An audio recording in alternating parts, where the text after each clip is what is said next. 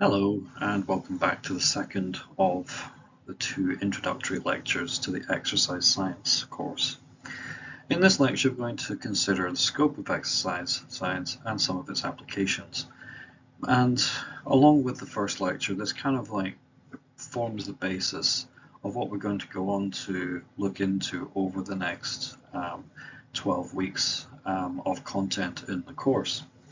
So let's get started. So, as we've already really been talking about in the first lecture, exercise science is a vital field of study with broad application in healthcare and in sports. Understanding physiological mechanisms that are occurring during exercise and indeed physical activity is essential for preventing and managing various health conditions and also for optimizing sport performance. So if we look at the slide itself, one of the aspects of exercise science is to investigate the effects of exercise and what it has on the human body. And so this essentially includes a number of things. So in this course, we're going to focus on the physiological aspects, but we'll also look at some biochemical processes and molecular mechanisms that occur in response to exercise and physical activity. But in particular, of those biochemical and molecular mechanisms will be the study of energy metabolism, and that comes in after the midterm. That allows us then to look at athletic training in both anaerobic and aerobic pursuits. So exercise science also investigates how the body produces and uses energy to drive physical activity. So whilst early on in the course we'll look at muscle contraction and its effect on the skeletal system and performance, etc. We'll come back after that midterm and we'll look at how that energy to drive that muscle contraction is actually being produced. So this encompasses studying energy systems such as aerobic and anaerobic metabolism, as I've already said, and substrate utilization. That's meaning whether it's glycogen or whether it's fatty acids, etc. In case of starvation, which we're not looking at specifically in this course, would be protein. And also how we store energy. Muscle has the ability, like the liver, to store glucose as glycogen, which can be quickly broken down to glucose and put through the cell respiration pathway to produce energy. But we also have much faster processes within muscle cells, such as things like creatine phosphate, which can very quickly add a phosphate onto ADP, creating ATP, and off we go again. So again, after the midterm, we'll come back and we'll consider the cardiovascular and respiratory systems. And there, we can start thinking about, the effects of heart rate, blood pressure, cardiac output, oxygen consumption, and lung function, and how all of that plays into exercise performance. Early on in the course, we'll look at muscle physiology as part of exercise physiology, and we'll look at muscle structure, muscle types, and how they can change in response to exercise. So, exercise science investigates the effects of exercise in the human body. Big shocker. Hopefully we're all comfortable with that one at the moment. So what does that mean? So as I was just saying with muscle types, we study the muscle fiber types. There's three main fiber types. We look at muscle hypertrophy, which is the growth of muscle. We don't add new muscle cells when we increase the size of a muscle, but we do add more myofibrils within muscle cells and causing the muscle cell itself to hypertrophy or grow bigger. And then we could also investigate muscle damage, and muscle damage can be positive in terms of hypertrophy and growing stronger muscles and its low end, but of course muscle damage at the high end can be very debilitating and can cause permanent issues, particularly when we're considering sports performance. Another factor often missed out when people are talking about the scope of exercise science is environmental physiology. And that investigates basically how our bodies respond to the environment around us. And so heat, cold altitude, and humidity during exercise and sports performance. If we take the example of soccer, as you call it here, or football as we call it back in the UK, in the World Cups that are held every 4 years, no Northern Hemisphere team, as far as I can recall, has ever won a World Cup in a Southern Hemisphere country, and this is due to the extreme heats that the competitions are usually played in, and that the Northern Hemisphere footballers are not adapted to be able to be at their best performance at that level of heat, whereas the people that play in that heat on a regular basis are well adapted for that and tend to therefore have better performance, and therefore that's probably one of the reasons why Northern Hemisphere teams have not been able to win a World Cup in a Southern Hemisphere country. I'm pretty sure that's still the case, but I would need to go back and check the books, but it was true up to about 20 years ago. Cold altitude, another thing. I mean, cold will also have a major impact on people's ability to perform, and humidity also. And humidity, the problem is you can't cool down because the air around you is already saturated with water. And evaporation is how we cool, by sweating onto our surface, requires the sweat, the water on our surface of our skin, to leave the skin and enter the air. And if the air is already saturated with water at 100% humidity, there's no real easy way to do that. So we can't cool down, so therefore we start overheating internally, which can be a very dangerous situation. Oppositely, and it's not on the list there, dry heat, such as you have in places like the Sonora Desert in Arizona, around Southern California and northern Mexico, can also be extremely dangerous, because the very fact that you can evaporate the fluid off very quickly and efficiently means that you can dehydrate internally very, very fast. In temperatures over 100 degrees C and you're outside being active, you're really supposed to be drinking up to 2 liters, which is essentially slightly more than 2 quarts of water every hour, because that's how much you'll be losing through sweat, which is a hefty amount.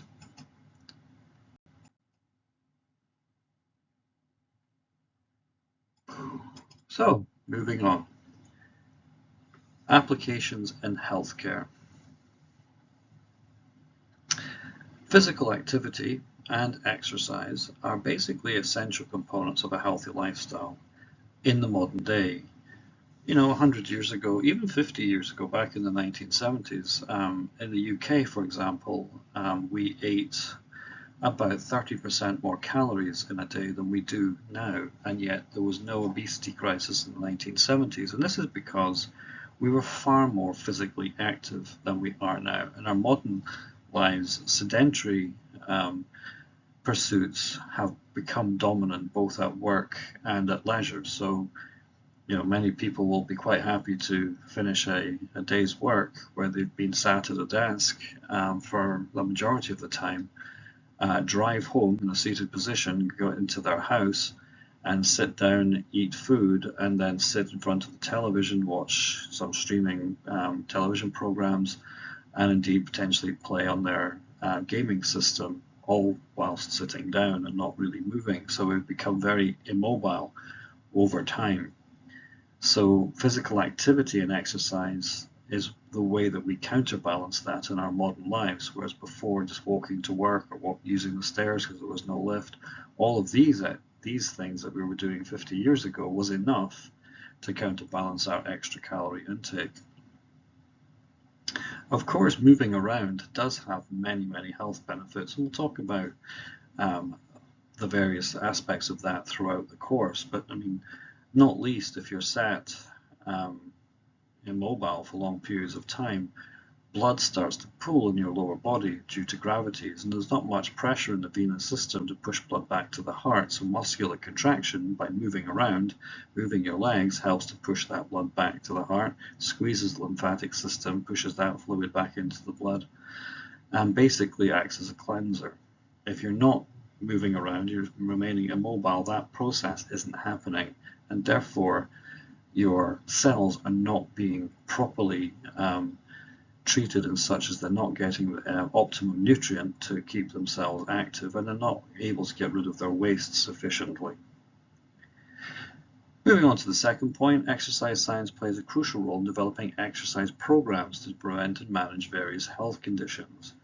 It is completely within the scope of exercise science to be looking at people who are not necessarily sports individuals, but just want to have a quality of life. And developing exercise programs for people post-stroke, for example, or after a replacement of a hip or a knee, is very important to maximize the benefit of the recovery. And these programs, of course, are not going to be as intensive as if it was someone who's going to play in elite sports, but nevertheless still extremely important in getting individuals back into their life and able to cope with all of what life demands of them. So the third point is some of the applications of exercise science in health include prevention and management of chronic diseases. I mean, obviously prevention is better than management because a chronic disease means it's not curable. We can't turn back the clock and stop it from developing. So prevention is definitely the order of the day. So of course, simple preventions, things like COPD, which is chronic obstructive pulmonary disorder, which is very debilitating as we age, is mainly caused by smoking or vaping, which is damage to the lungs and the inability to get the oxygen from the air into our blood efficiently, and therefore the cells are starved of the key ingredient to make large amounts of ATP energy and therefore maintain themselves. So basically using exercise science as a way of encouraging people to stay active, to stay fit, and move them away from lifestyle choices such as smoking and things that they eat that may not be helping them either, is a very, very effective way of helping people prevent developing disease. But once, if they do have disease, that exercise can also, put enough challenging stress on the body to make the body respond to that exercise and give them a higher fitness level that they would otherwise have. And the last point there, exercise science plays a crucial role in prevention and management of chronic diseases such as cardiovascular disease. So basically, more specifically, cardiovascular disease, in particular diabetes, obesity, and cancer. I mean, I don't think anyone's particularly surprised to find that exercise is going to help you with cardiovascular disease. The heart is a muscle. If you develop an exercise program, for someone with a particular heart condition, taking care not to overstress the heart, you can still strengthen the cardiovascular organ system as a whole and make everything work better. And therefore, cardiovascular system is about perfusion. It's about pushing oxygen and nutrients to the cells all around the body and taking away the waste products they produce.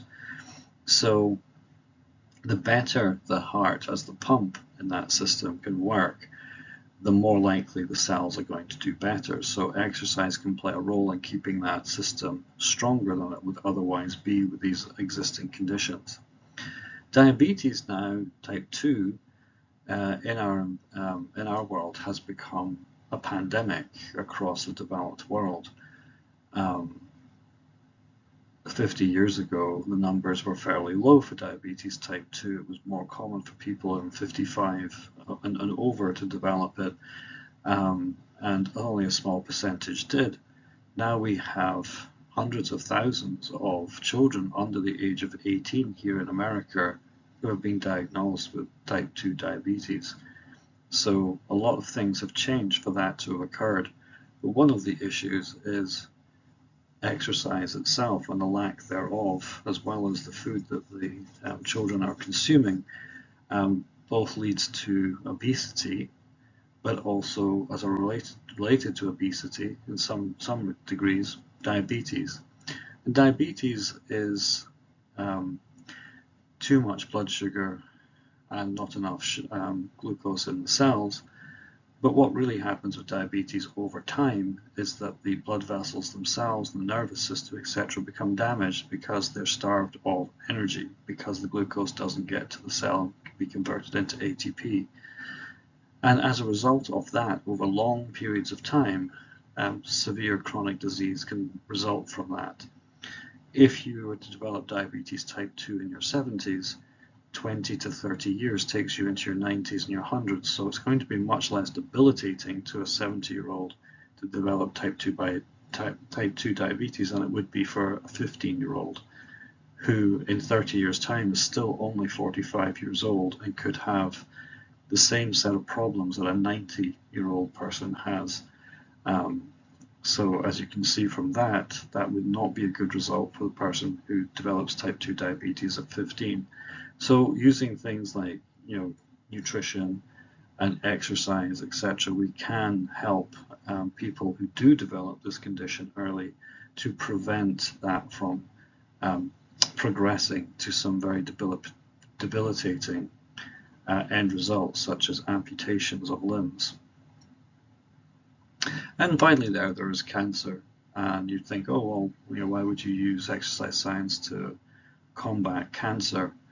But there is a role for exercise science to help in the maintenance of the physical health of someone whilst they're dealing with a malignancy such as cancer in their body.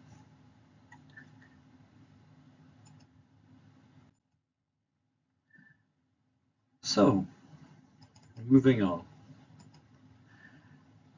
So, exercise programs reduce the risk and disease, so try to reduce risk for disease and improve their management. I missed out a word there, I apologize. So this is really kind of carrying on from what we were talking about in the last slide in terms of healthcare, but now we're going to look at a little bit more at rehabilitation and aging. So rehabilitation exercise physiology is used to help patients who have already experienced an injury or a surgery or suffering from a chronic disease to try and improve the quality of life through exercise. The programs themselves that we develop can improve muscle strength, range of motion, and functional capacity, which if you want to go home and you live by yourself, that could be the difference between you being able to do that or ending up in a care facility, which many people don't really enjoy, and they lose a certain level of their independence and would prefer to be able to live in their own space and choose in each day what they do. So these exercise programs can be a very potent way of helping them get there. That takes us into aging exercise science, and this basically obviously is focused on people usually over the age of 60, and it's really to help people maintain their physical function as they age, and particularly their independence, meaning that they can live and function by themselves without needing help from anybody else. And this of course plays into quality of life. Lots of people would probably say, yes, I'd like to live a long time, but if you were going to spend 30 or 40 years of that time with very poor quality of life, then you might not be as keen as would be if you were told that you would have extremely good quality of life. So again, this exercise component can help people improve their quality of life, maintain independence, and even add into that by being able to pick up new activities over time. And finally, on this point, mental health. I mean, it's never talked about enough. It's simple as that. We talk a lot about physical health, physiological health, and we kind of brush past mental health. But it's important to all of us. If you don't have mental health, it's very difficult to maintain physical and physiological health anyway. So in exercise science, mental health is still a very important part. Managing conditions such as depression, anxiety, and stress, particularly the stress, because most of us are suffering from that in one way, shape, or form in our modern world. Exercise programs can improve our moods, our self-esteem, and our cognitive function as a result, which helps to combat against the feelings of depression and anxiety. And there's some good data out there, not for the extreme ends of these conditions, but certainly for the mild cases, exercise has been shown to be very effective because of its production of endorphins, which are the feel-good hormones that we naturally produce and can be mimicked by opioid medications.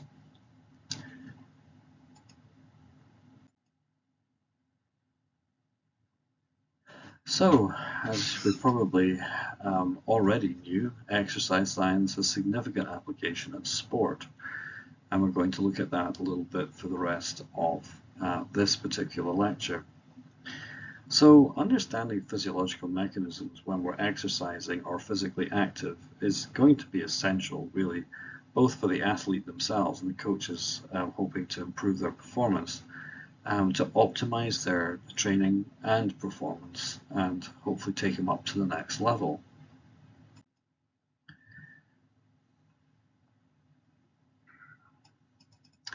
So, sports performance. Exercise science has been used now for many years, decades now, to help develop training programs that optimize sports performance to get the best out of each individual athlete. How do we do that? Well, it includes the study of energy systems, how we use our energy, muscle physiology, how that energy is used for muscle contraction, and biomechanical recovery, the movements that we make to do whatever activity it is at our best performance, how most efficiently to carry them out and then to recover from them afterward. Exercise physiology in particular is used to develop recovery strategies that optimize the muscle recovery and reduce the risk of injury. And this, if you're playing an elite sport, you may be competing 2-3 times a week at a very high level, which it takes a large toll on the body, and the recovery at that point becomes at least as important as the training to perform when you're competing. Because if you can't recover fast enough, you can't perform at the highest levels.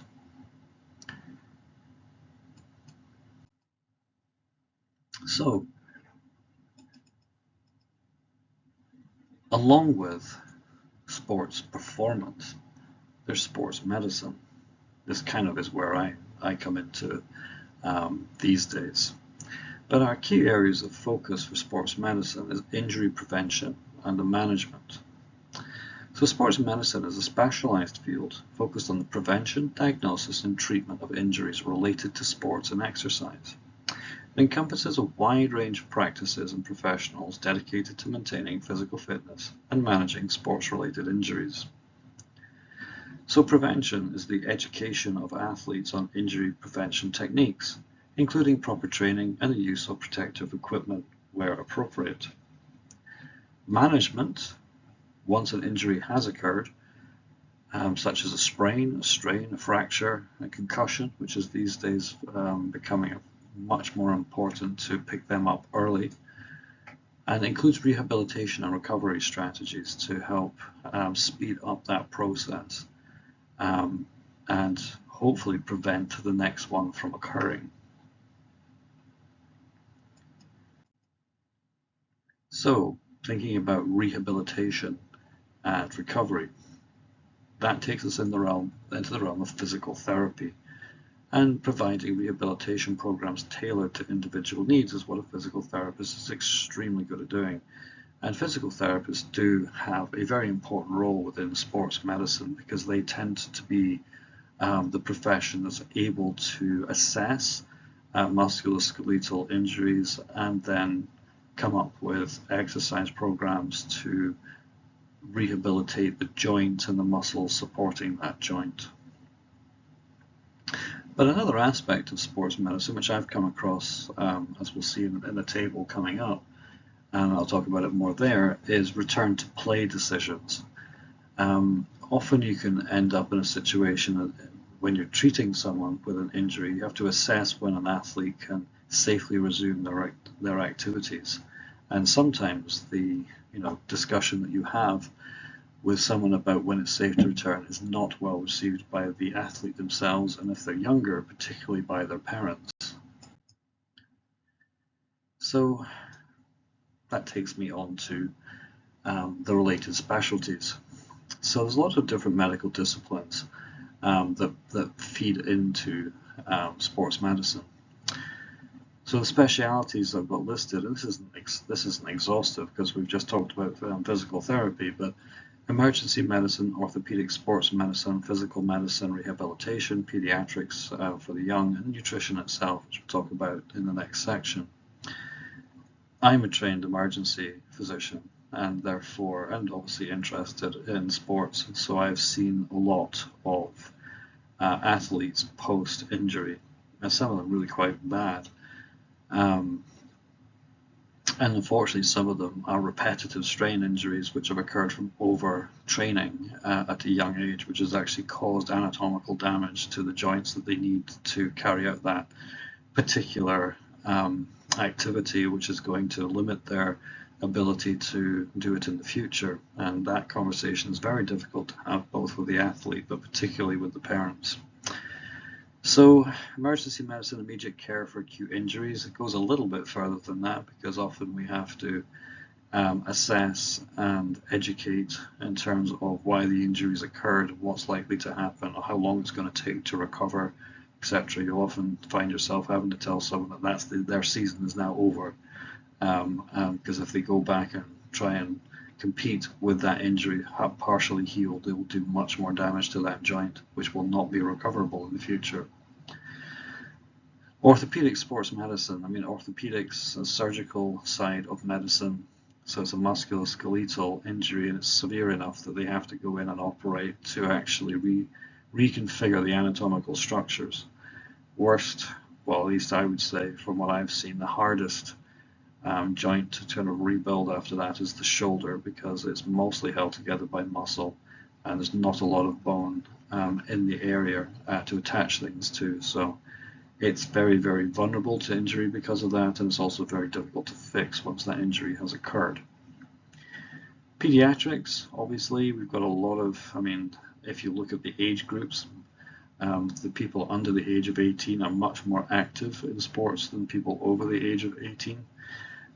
So you're likely to see injuries, obviously, to that group on a regular basis. Most of the time in the young, they bounce back very quickly because their physiological systems are absolutely at peak performance.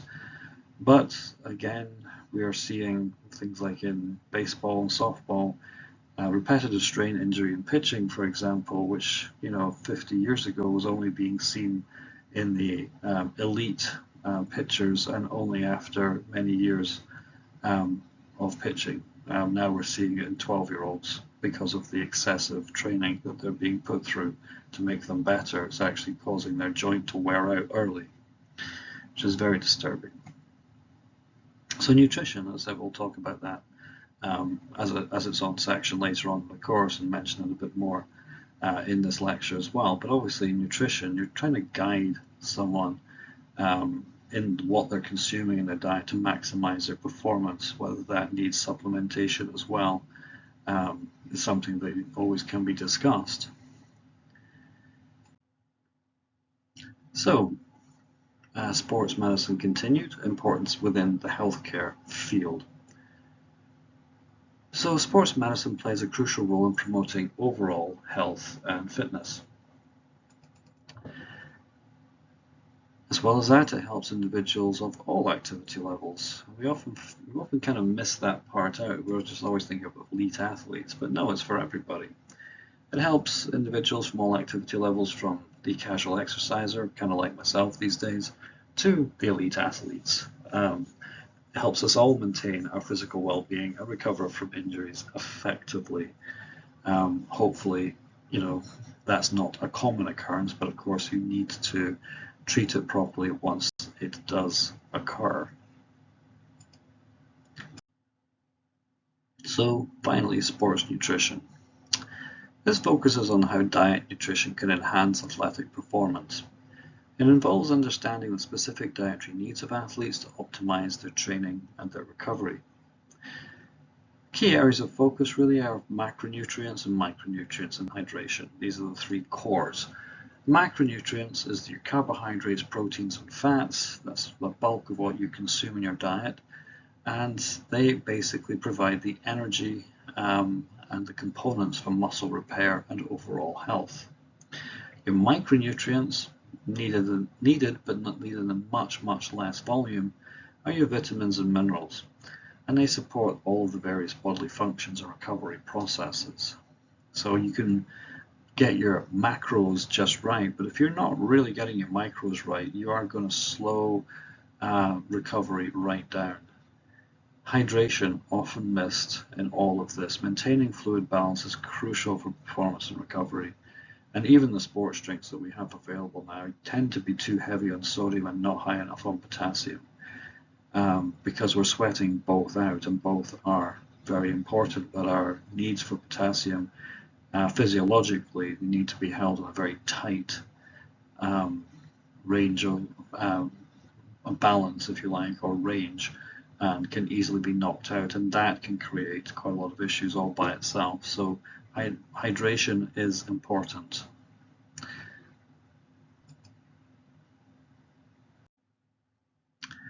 So to continue that thought, enhancing performance, nutrition can certainly do that.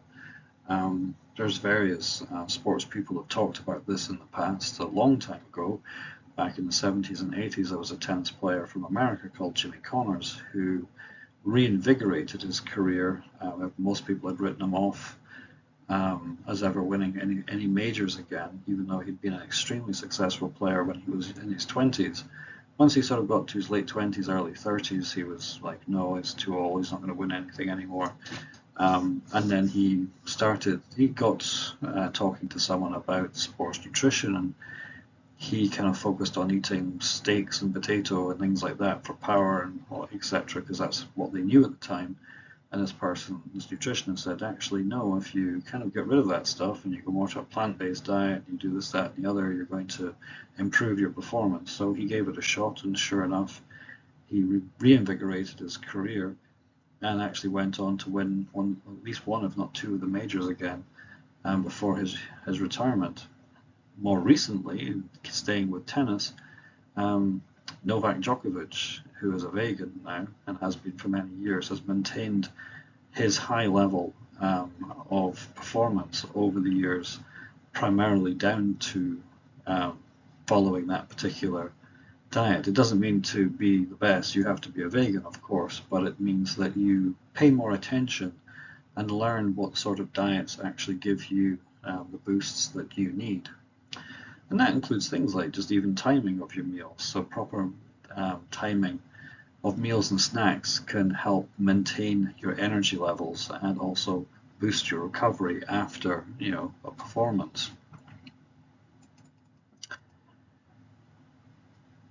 For individual athletes and non-athletes alike, we can, as nutritionists, this is something I'm still training in, can create tailored dietary plans based on that individual's needs, depending on what type of sport that they are involved in, whether it's going to be an anaerobic based sport predominantly or aerobic based.